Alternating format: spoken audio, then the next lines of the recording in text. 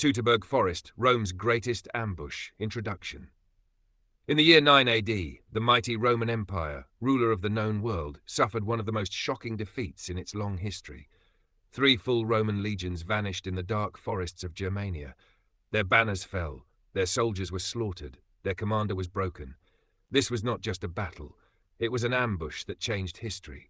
This was the Battle of the Teutoburg Forest. Rome's dream of Germania. By the early 1st century AD, Rome had conquered vast territories, from Britain to the Middle East. Emperor Augustus sought to expand further east, beyond the Rhine River, into the wild lands of Germania. The Romans believed the Germanic tribes were disorganized, primitive, and easily controlled. They were wrong. To govern the region, Augustus appointed Publius Quinctilius Varus, an experienced but arrogant Roman governor. His mission was to impose Roman laws, taxes, and discipline. But while Varus believed he ruled Germania, he did not realize he was being watched. The rise of Arminius.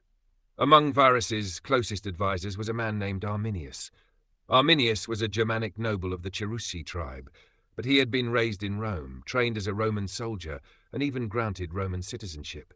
Varus trusted him completely. What Varus did not know was that Arminius secretly united rival Germanic tribes, forming a hidden alliance against Rome.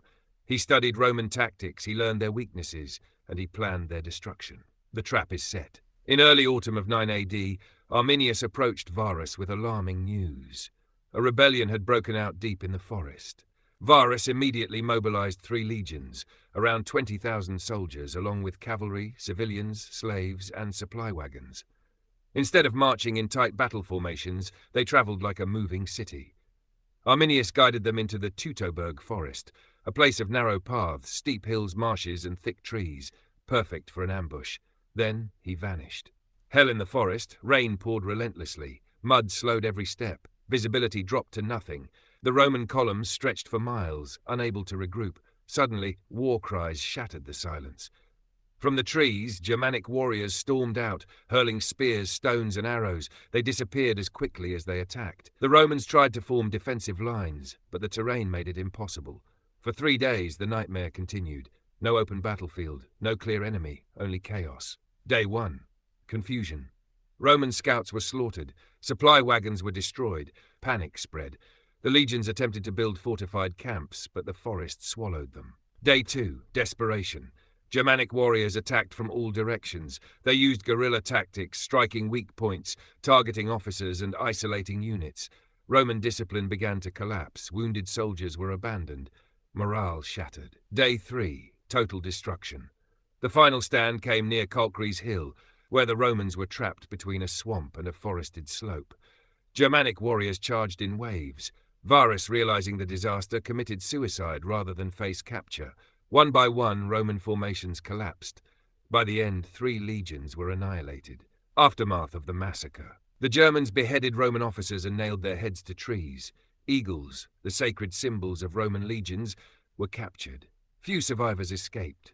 When news reached Rome, Emperor Augustus was said to cry out, open quote, "Quinctilius Varus, give me back my legions," close quote.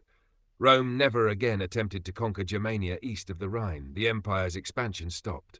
Why Teutoburg changed history. This battle proved something Rome had never faced before. Not every land could be conquered. Not every enemy fought in open fields. Not every war could be won with discipline alone. The Germanic tribes preserved their independence. Centuries later, their descendants would shape medieval Europe, and Rome, though still powerful, had learned fear. Legacy of the battle. The Teutoburg Forest became a symbol of resistance against empire, of intelligence over brute force, of how terrain can defeat armies.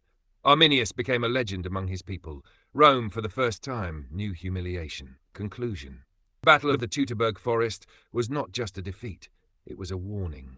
Empires can fall, overconfidence can kill, and sometimes the forest itself becomes a weapon.